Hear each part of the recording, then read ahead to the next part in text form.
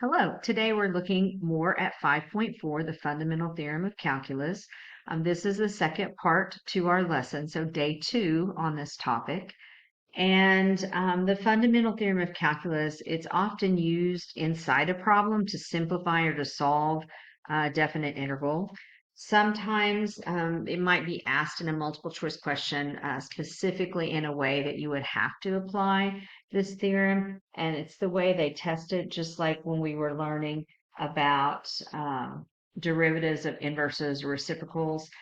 So it's kind of like that. So you might have to do something along that line. So the first thing we're going to look at today is this average value of a function. And if we have a function f that's integrable on the interval from a to b, then the average value on a to b is this.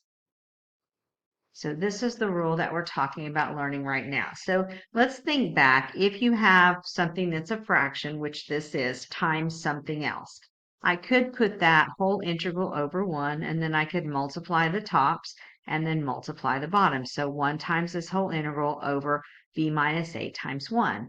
And that turns it into this form. So we can kind of look at what's happening. So when we have this definite integral from a to b, remember that that's finding the area. How do we find area? Width times height.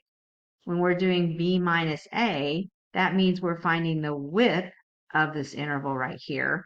So that's just the width, or w. So then what happens if we simplify this statement, we can get rid of those widths, and we're left with the h, which is the height, or the average height of f of x. So kind of ran those two letters together there. All right, so that's kind of the process. Now we're going to kind of go through some practice here and practice the process. Make sure you're good applying the formula. So when we see average value, notice that doesn't say average rate of change. That says average value. So we're going to find the average value using this function for f of x on this closed interval from 1 to 4. So how you apply this rule then is you're going to do 1 over, and my b is 4 minus my a, which is 1. And then we're going to evaluate the interval from the lower bound of 1 to the upper bound of 4. And then the name of my function here is f of x, and then I can have my variable to integrate with of dx. So I could write it like that, or I could say 1 over 4 minus 1 integral from 1 to 4, and I could write down the actual function, which is 3x squared minus 2x.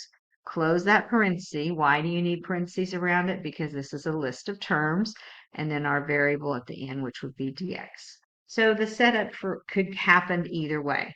So what we're doing here is we're applying the fundamental theorem. So then I'm going to have 4 minus 1, which is 3. So I'm going to bring it up here a little bit.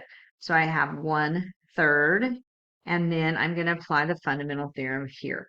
So if I take and add 1 to the power of the x here, 2 plus 1 is 3. Divide down, 3 divided by 3 is 1. So we're going to have x cubed, and then minus, and then we're going to integrate this part, find the antiderivative. So power is 1, add 1 to it, becomes x squared, multiply down, 2 divided by 2 is 1. So I have x squared, and then I'm going to evaluate it on my boundaries from 1 to 4. So that's what my notation is going to look like when I apply that fundamental theorem. And so now I'm going to actually find the boundaries. So I'm going to do 1/3, and on the inside, then I'm going to take this 4 and substitute it in here. So I get 4 cubed, which is 64, minus, substitute the 4 in here, 4 squared is 16, and then I'm going to subtract the result of substituting in the lower bound. So 1 goes in here, 1 cubed is 1, minus, put the 1 in here, 1 squared is 1, and the result of all of that times 1/3.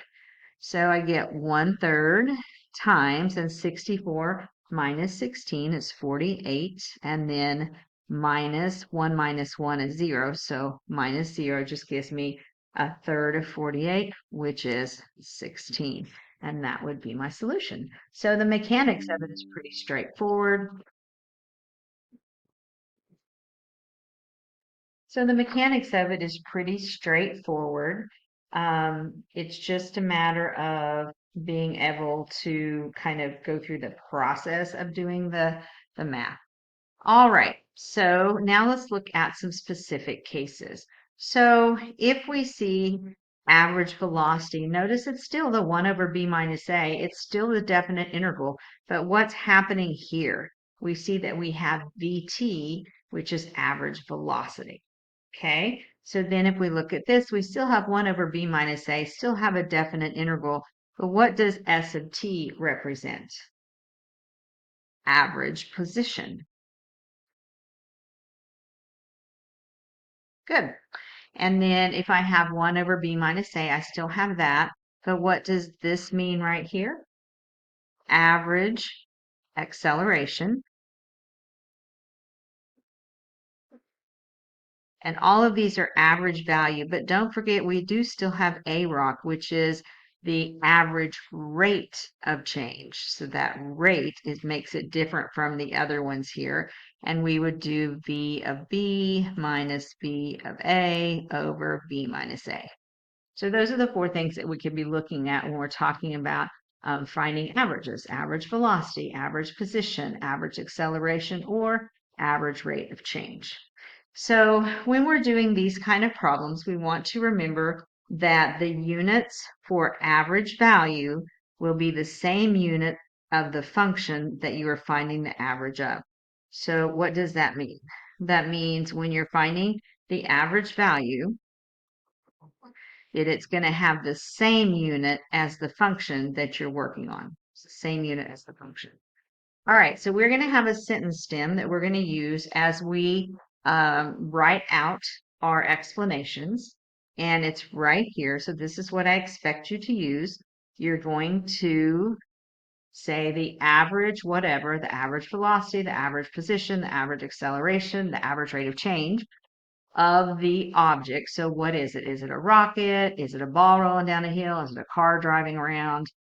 In whatever units that happens to be, miles per hour, seconds per minute, or seconds per hour, whatever the case may be, from, and this is your interval from the lower bound to the higher bound, and whatever the units of that interval will be. So done, or am I looking at big long dissertations of explanations because you don't know how to be precise? So this is what I expect to see on the test. If I see 3, 4, 5 sentence long explanations, it's not going to get read because what that tells me is you don't know how to use this sentence stem. Okay, so I do expect you to be using the sentence stem as we are practicing. Okay, and we will practice several times a day. And then our whole next class period, we have a warm-up activity of just explanation after explanation after explanation. So hopefully you'll be really, really good and strong. All right, so let's look at 2. On this one, we are going to use the correct units, explain the meaning in the context of the problem. So we're using the correct units. We're going to explain the meaning in the context of the problem. So that's our whole goal. So take a minute, do your first read, and make sure you've wrapped your mind around the problem. So in our first and our second read, we paid attention to the units in the table. We know we're talking about rocket A. We're talking about a positive velocity. It's going upward from the ground. It's recorded in selected intervals from 0 to 80. So there's our interval. And the unit of 0 to 80 is in seconds. So then we are going to use the correct units, explain the meaning of this function in the context of the problem. All right, so let's start with our sentence stem. So we're going to have average what? Velocity of what is it in the problem we're talking about? We're talking about rocket A.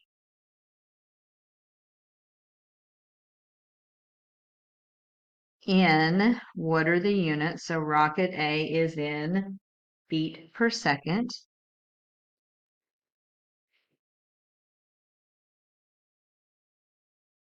From, so now we're putting in our time. So it's going to be from 0 to 80. And what is the unit for the 0 to 80 seconds?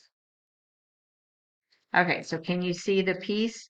This was the average watt of the watts in the unit from when to when of the unit. And it should be just straightforward, just like that when you're working through the problem. Okay, so look at problem 3.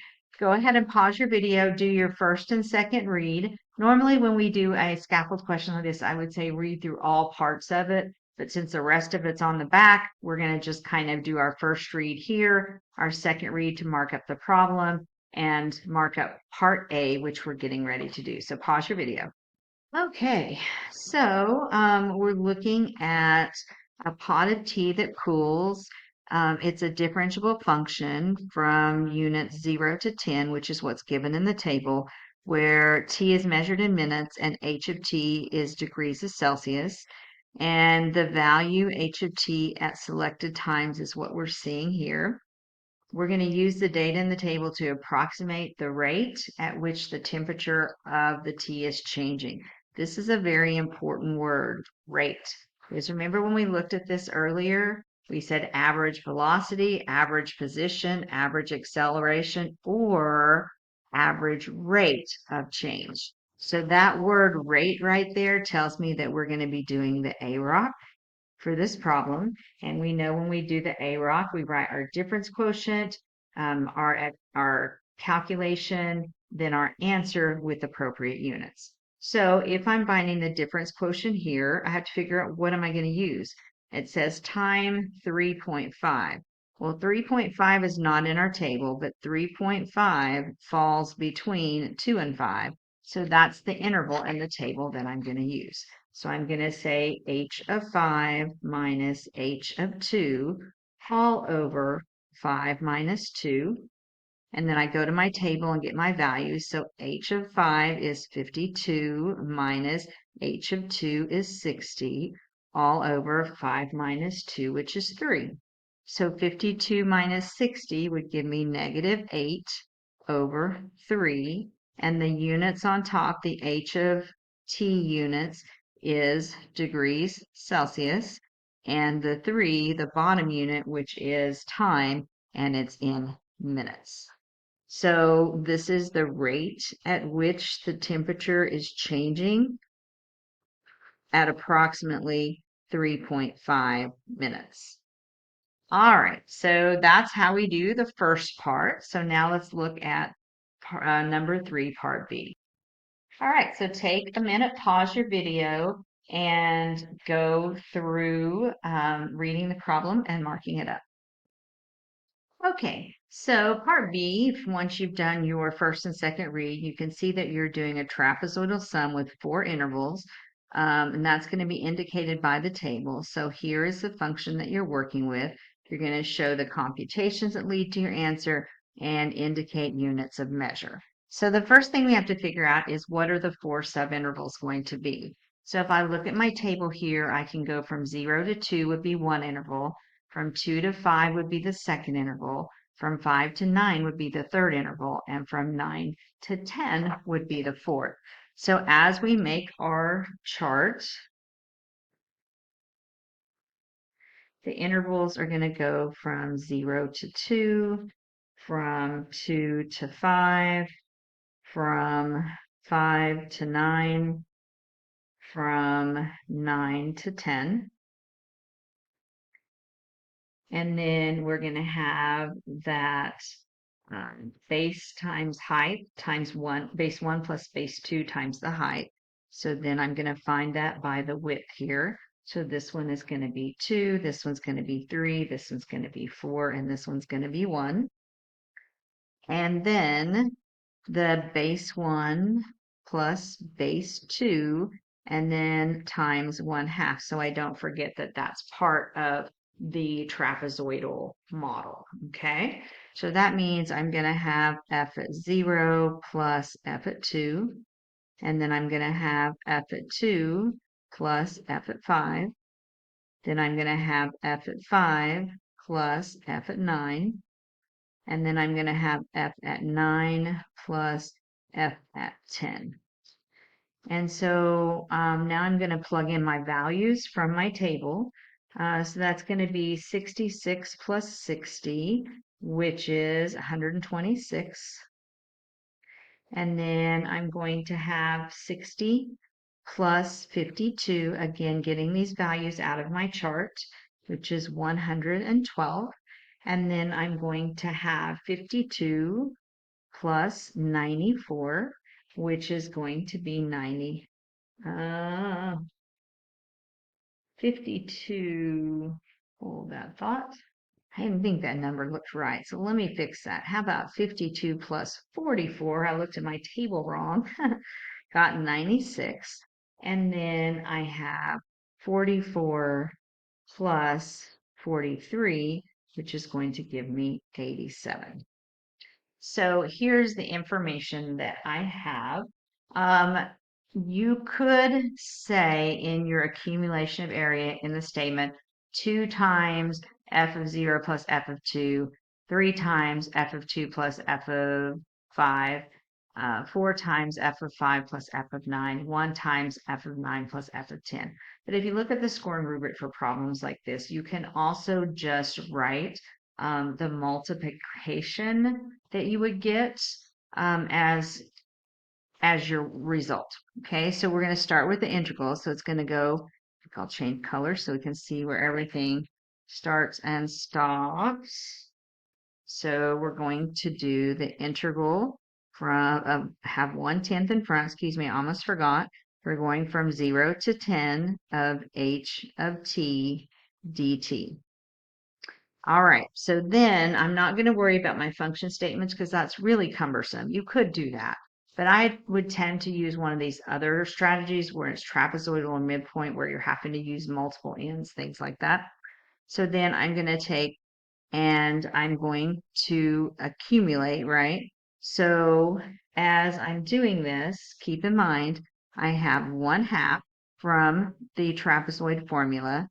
I have 1/10 from the average statement, and then I'm going to accumulate the area. So it's going to be 2 times 126 plus 3 times 112 plus 4 times 96 plus 1 times 87. So you would have that. So you would need to show the product here to get the points. If you just said, okay, 2 times 126 is 252, then you probably would not get that point.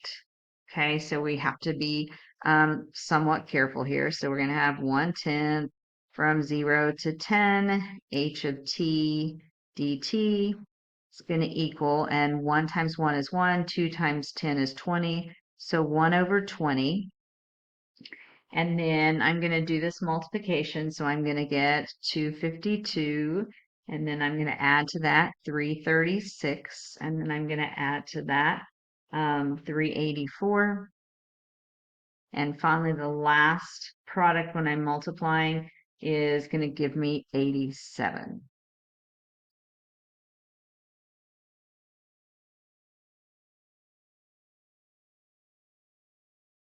Okay, so now we're going to put it together. So I'm adding everything up on the inside and then dividing by 1/20th.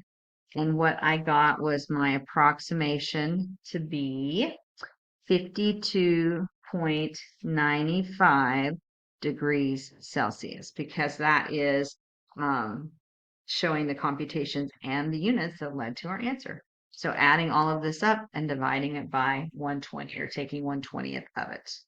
All right, so now let's practice your sentence stems. So I want you to pause your video and I want you to use the correct units, explain the meaning of this statement in the context of the problem. And remember, we're using our sentence stem from over here that says average what of what in units from what to what units. So, all right, pause that video and write that.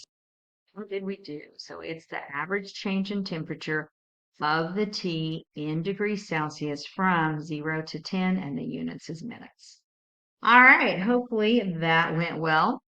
So now we're going to look at part D. Part D says evaluate from 0 to 10 h prime of t dt. So we're finding the integral of the derivative. when we're finding the integral of the derivative, what do we have? I hope you remember, it just takes us back to the original problem. So we're going to take h of t and we're going to evaluate in the boundaries from 0 to 10. So when we apply the fundamental theorem, then we're going to have h of 10 minus h of 0, which is from the table 43 minus 66. And so our answer is going to be negative 23 degrees Celsius. All right. So as we are looking at this, I'm kind of looking back at this problem here. This was the average temperature of the tea. I don't think that's I think I was thinking ahead, sorry. So let's fix that. So it's the average temperature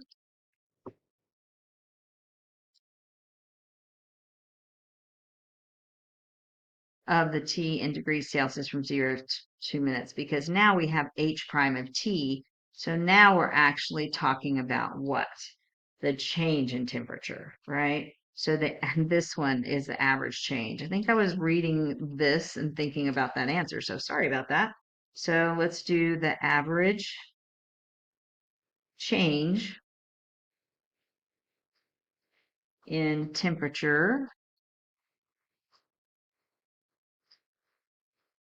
of the T in degrees Celsius from 0 to 10 minutes.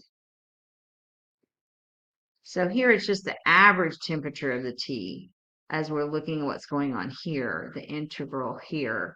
But here, because we're doing 0 to 10 of h prime of t, it's the average change in the temperature of the tea. So hopefully that didn't mess you up, and that makes more sense now that I explained it, because you probably were looking at the going, Miss Adams, what are you talking about?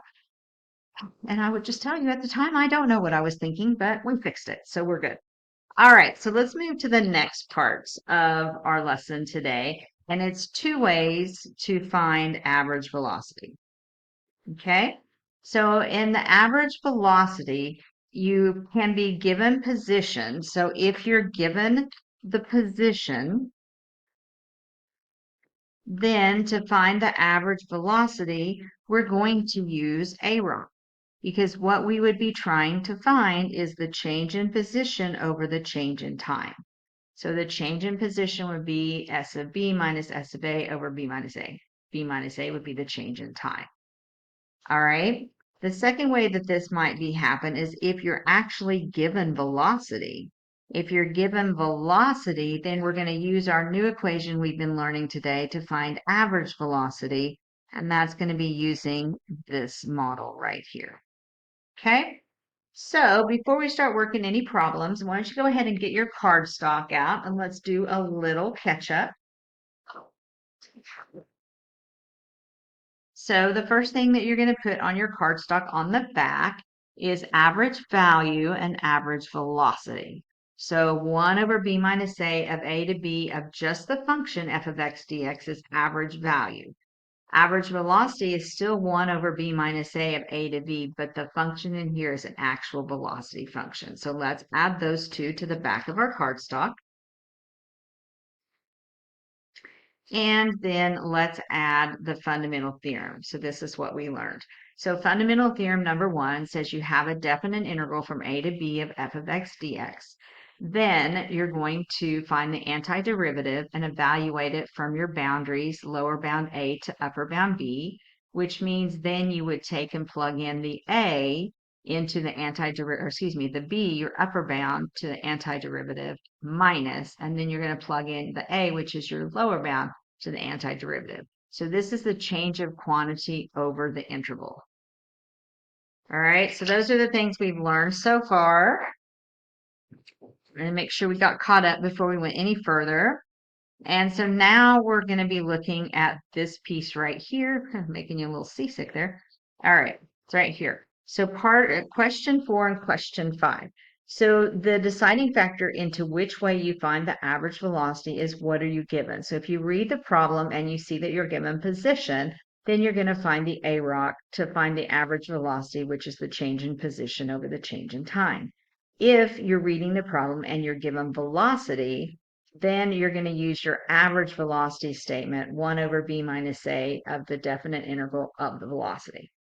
All right, so let's look at this first one. It says a particle is moving along x-axis, so the time is measured in seconds. And then it says its position is this. Okay, so that means we're given position.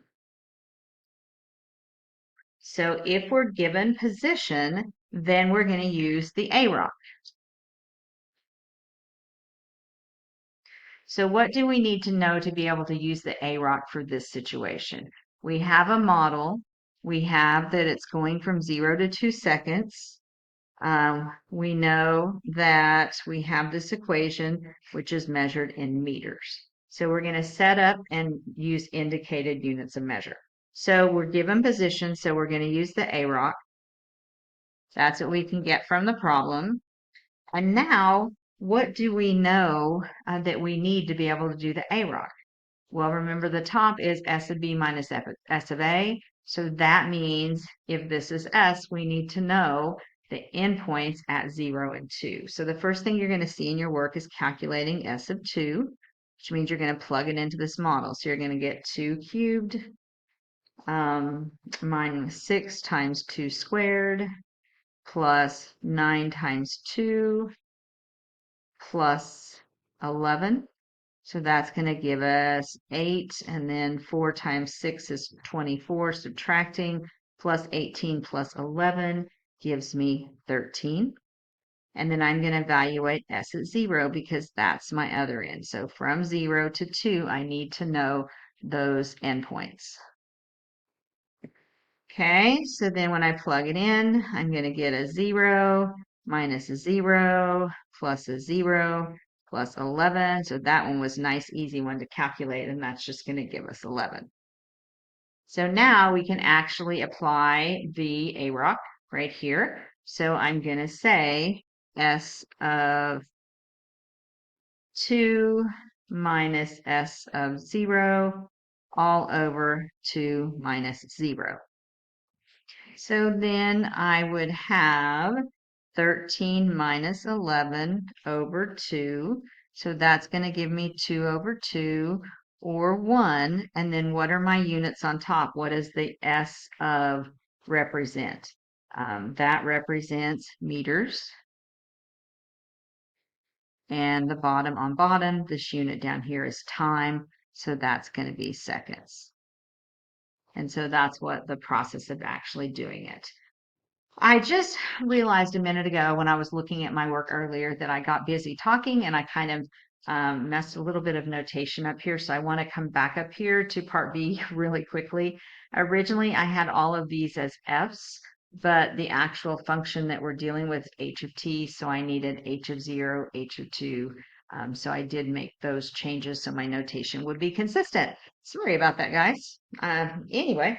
Now moving on to 5. So go ahead and do your first read, see what you're given so you can determine which method to use.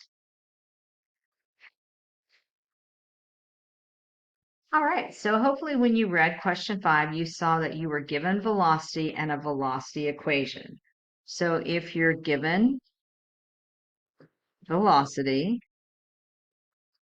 then you're going to use the average that of velocity model. Okay, so that means you're using this particular situation here. So I'm going to go ahead and set up my model. So that's going to be 1 over, and I'm going from 0 to 2 seconds. So 2 minus 0, and then a definite integral that goes from my lower bound to my upper bound. And then the velocity function is this thing right here. So I'm just going to put 4t squared minus 5. And the variable that I need at the end of this is dt. So remember, parentheses are needed in this because it's a list of terms. So we need to make sure it's the whole list that the dt applies to and that we're integrating. All right, so now we're going to find the antiderivative and evaluate it in lower bound and upper bound. So we're using the fundamental theorem. So 2 minus 0 is 2, so that's going to be 1/2. And then my derivative, so I add 1 to the 2 to make that a power of 3. I divide down, that becomes 4/3 t cubed minus, this would be the same thing as t to the 0. So when you add 1, it becomes 5t. And then you're evaluating it from 0 to 2. So you can close the bracket right there. So then we're going to come up and evaluate at the interval. So you're going to plug in the upper bound to all of this, and then you're going to plug in the lower bound to all of this. And you still have the 1/2 that you have to multiply at the end. So when I plug in a 2, I get 2 cubed, which is 8. 8 times 4 is going to give me 32. So I'm going to be 32/3. And then minus, and I'm going to put the 2 in here. So 5 times 2 is 10. That's a whole number. So I'm going to go ahead and turn it into a fraction so I can work with that. So I'm going to write that down as 30/3. And then I'm going to say minus, and then I'm going to plug in the lower bound, which is going to give me a 0 minus a 0. And so really what I have to worry about is this piece of my evaluation times 1/2. So I'm going to get 1/2. And so 32 minus 30 gives me 2/3. The 2's are going to cancel out. And so my answer is going to be 1/3. The unit for this would be meters per second.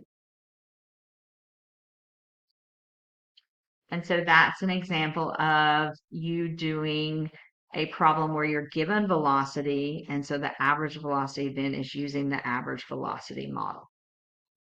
Okay, so now we're going to look at 6 and 7, and we're going to practice setting up. So I want you to tell me what's given, and then what are you going to use to find it, and then set it up and give me your units. All right, so pause your video, figure out what's given, position or velocity, and then use either your AROC or the average velocity equation, set it up, and give me units. Pause now. All right, so how did you do? I don't know if you caught this. Some papers say average velocity. That should say average people. So if yours says average velocity, you might want to make that change.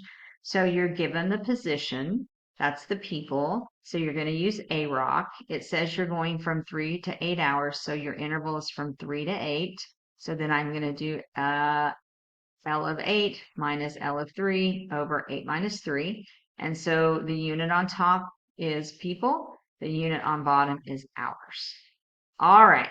Same thing again on problem 7. So do your first read, enter the problem, figure out what your given position is. I'm sorry, what your given is, whether it's position or velocity, and then proceed. All right, let's see how you did.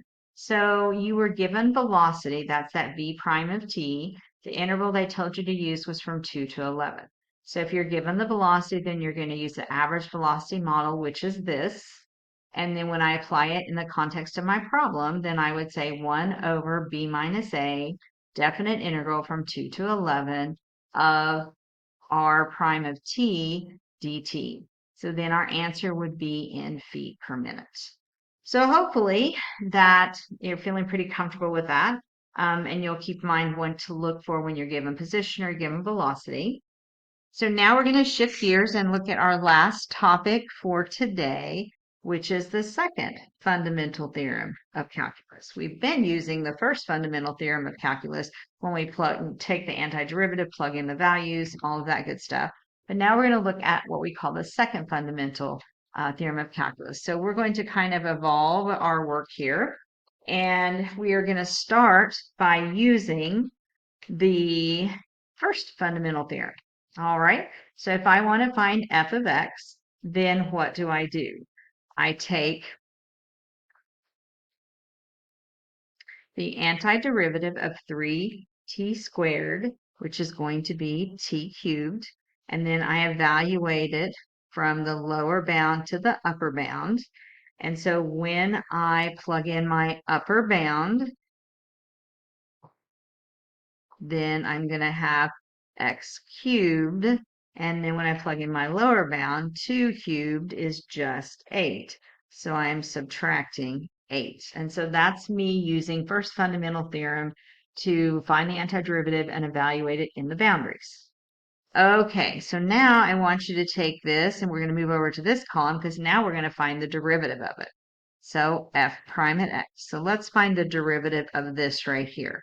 So you would do what? You would drop down the 3, you would decrease the power by 2. The derivative of a constant is just gone.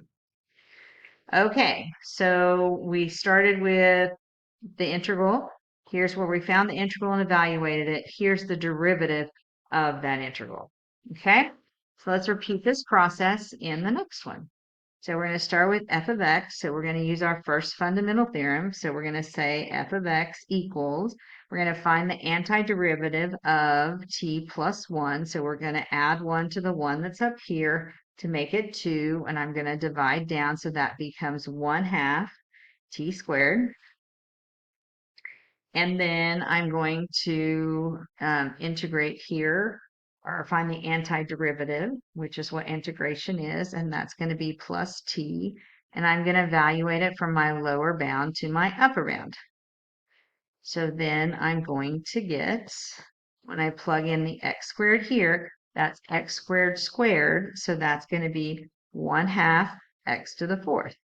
And then when I plug in my x squared here, that's just going to be plus x squared. And when I plug in my 0 here, then this is going to zero out, this is going to zero out. So this is what my antiderivative is, having been evaluated at the upper and lower bound. So now let's come over here and let's find f prime at x. So let's take the derivative and go the other way. So I would do what? Decrease the power. Do you remember how to do the derivative? Okay, so that's going to be 2x cubed plus 2x.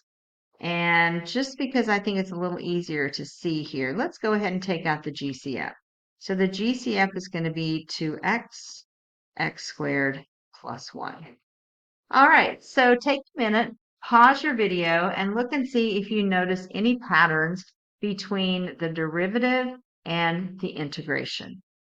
Hopefully you notice some connections. For instance, what's the connection between x squared and 2x? That's just the derivative of each other. When we got in here, we had a t, but down here we had an x squared. Well, that's just the result of plugging that in. Okay, so you could have come up here and said this was times 1 and accomplished the same thing. So what does this tell us? This tells us actually how the second fundamental theorem works. So there are conditions that have to be met to be able to use the fundamental theorem, excuse me. So the conditions, I'm going to have you write them over here on the side. The first one is that it has to be the derivative of a definite integral.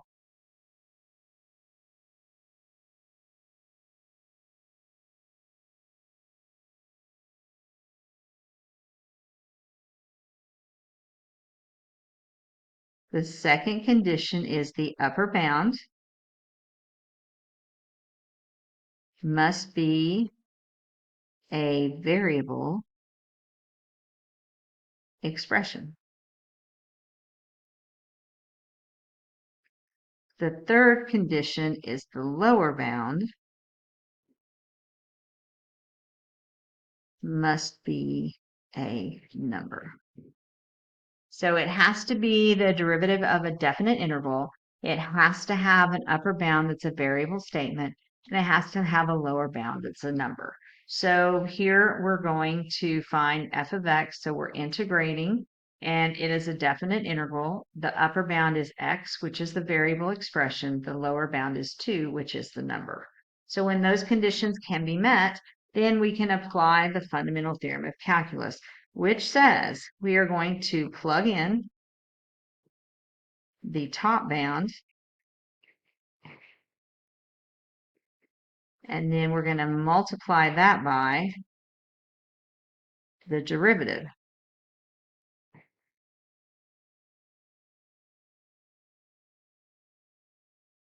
of the top bound. And the reason we do this is because we have a chain rule. And so this is how that takes care of that. So you're simply going to look at this top one, which is x squared. You're going to plug that in. So that becomes x squared plus 1. And then you're going to multiply it by the derivative of the upper bound, the expression term, the derivative of the expression term, which is the 2x. And that's going to be your answer. So it's pretty easy, pretty straightforward. Okay, so let's practice. As you're looking at this, this means the derivative of the integral of f of x dx. So when that upper bound is just x, then that's going to equal the original function. When the upper bound is a function, so this is the derivative of the integral of a function for the upper bound, then you are going to write down the function with the u substituted in, and then you're going to multiply it by the derivative. And that's the second fundamental theorem. So we're going to finish out our cardstock for today. I would like for you to include for fundamental theorem 2 the three conditions: the derivative of a definite integral, top bound is variable, bottom boundary is a constant number. I should say definite integral. And then when that's the case, then you're going to plug in the top bound, which changes the variable. So you have to watch out for that. And then you're going to multiply that answer by the derivative of the top bound. And we do that to take care of any chain rule. So here is what's at the top of your notebook page. So I went ahead and copied them over so that you have all of this at one place on the back of your cardstock. Okay, so hopefully you had time to get that down, or paused your video if you needed more time. So now we're going to put into practice the second fundamental theorem of calculus. Okay, it is a shortcut to kind of do this, but you saw in the beginning, you could have applied the first fundamental theorem and evaluated the boundaries and got to the same position. If you know the second fundamental theorem of calculus, it is a shortcut that can save you some time. So here we're taking the derivative of a definite integral of this function. The upper bound is a variable expression, the lower bound is a number, so we can apply a fundamental theorem. So the first thing that we do is plug in the upper bound. So as you can see, then that's going to change the t to an x. And then we take the derivative of the top, which is 1. So then our answer is 3x squared plus 1. Okay, so pause your video, you try 11. So how did you do? So we substituted in, so my t changed to x squared squared, which is x to the fourth, plus 1. And then I took the derivative of x squared, which is 2x, so that's what you multiply by, and then you just distribute that through. All right, hopefully you did well. Let's practice again on number 12. Pause your video. So once you recognize that you can apply the second fundamental theorem, the derivative of a definite integral, the top bound is a variable, the bottom bound is 0. So then you plug in the top bound. So you're plugging in the quantity 5x squared. Don't forget it's a quantity. It's not 5x squared. It's 25x squared plus the 1 underneath times the 5. And we know we don't leave any monomials to the back, so we would bring that in front. And that 5 becomes the coefficient of this square root. All right, so the next one, it says find the derivative of f of x equal to all of this. So first off, can we use the second fundamental theorem? Well, we're trying to find the derivative of the definite integral, so that's good. The top bound is an expression, which it should be, and the bottom bound is a constant because pi over 2 is just a constant. So we can apply the second fundamental theorem. So go ahead and do that now. Pause your video. So how did we do? So when we plug in the x cubed, remember that changes this t to an x cubed, then we multiply by the derivative, so that's 3x squared. We never leave monomials to the back, so it should have been moved to the front.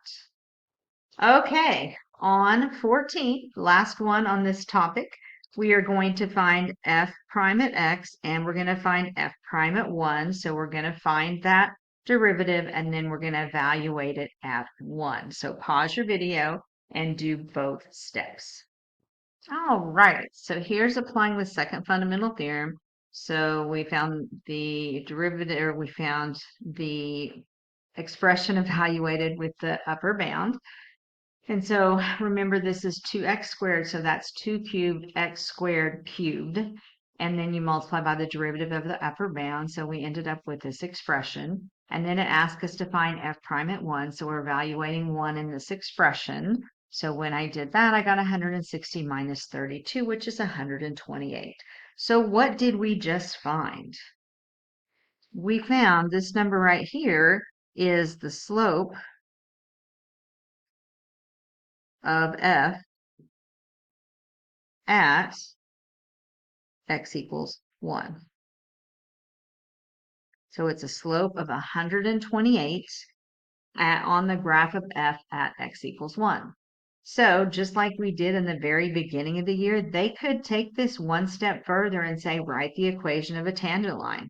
So if you had the slope from this statement, you would need to find the point, which would be f at 1. So how would you evaluate f at 1? Well, I would start by making my x in this 1. So 1 squared is 1, 2 times 1 is 2. Oh, what is the rule we have when the boundaries are the same? When the boundaries are the same, the area is what? 0. So that means I have the point f at 1 equals 0. And if I have a slope and I have a point, then I could write the equation of a tangent line, which in this case would be y minus 0 equals 128 times x minus 1. So all of this could be to write the equation of a tangent line. Now, I know I didn't ask you to find that in this problem, but I want you to not lose sight of the fact that when we're talking about slopes, that a very common application is writing the equation of a tangent line. So you can't forget how to do that.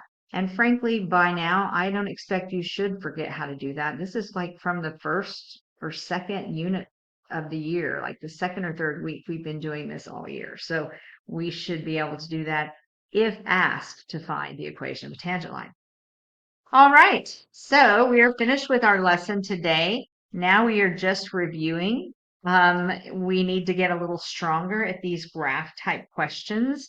So we have a graph of a function that semicircles in 3 line segments, and that is this graph right here. We have an equation that represents g of x, which is a second fundamental theorem possibility because we're going from 0 to x of f of t dt. So we're going to use our notation and complete A through E. So make sure you have proper notation as you go through that. And so we're going to work through some of them equations or answers might be expressions, or other of them might actually be the values that you can find. So pause your video and practice the graph question 15, then we'll come back and compare. Okay, let's see how you did on this last part. So here we're plugging in g of 4 into here. So that's a negative 4 here and a negative 4 up here. And so then we have reversed boundaries. So we need to put a negative in so we can flip the bounds around from the smallest to the largest of f of t dt. So f of t dt is just the area under the graph from negative 4 to 0. So from negative 4 to 0 is here. So I found the area of the triangle, which was 1, the area of the trapezoid, which was 9/2. And when I take 1 and turn it into 2 over 2, 9 plus 2 gives me 11. But don't forget that you have the negative in front. So it's actually negative 11/2. All right, in B, it's the second fundamental theorem. So I plugged in the x for the t, so I got f of x, and then I took the derivative of the top. The derivative of x is 1, so g prime of x just simply equals f of x. Then on G prime at 4, I'm using the statement I just created. So I need to find if G prime of 4 equals F as a negative.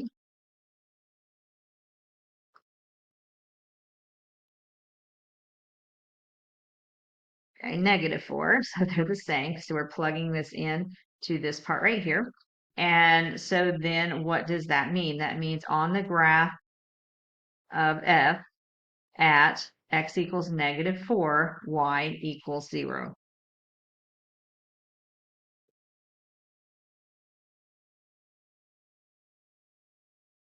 Right? So we're just looking for the y value in that case. And so then on D, we can take the derivative of this side to get the second derivative, take the derivative of this side to get the first derivative. And so that's what G double prime equals. And then in E, I'm going to use that statement. So G double prime of -4 equals F prime at -4. So what does that mean? That means G double prime of -4 is 2 because it's the slope of the graph f at x equals 4. So I needed to find the slope. So at -4, what's the slope of this line right here? And it happens to be +2, which is what you're looking for. So you guys have to get good at these graph problems. You will have this on your assessment coming up and on the one after that. And we're just going to keep doing it. So the quicker you get it, the easier you get all these points. All right, so be sure and do your daily practice worksheet so you're ready for next time. We'll be doing some review, practice more with the unit explanations, and getting ready for our AOL. All right, guys, thanks so much. See you next time.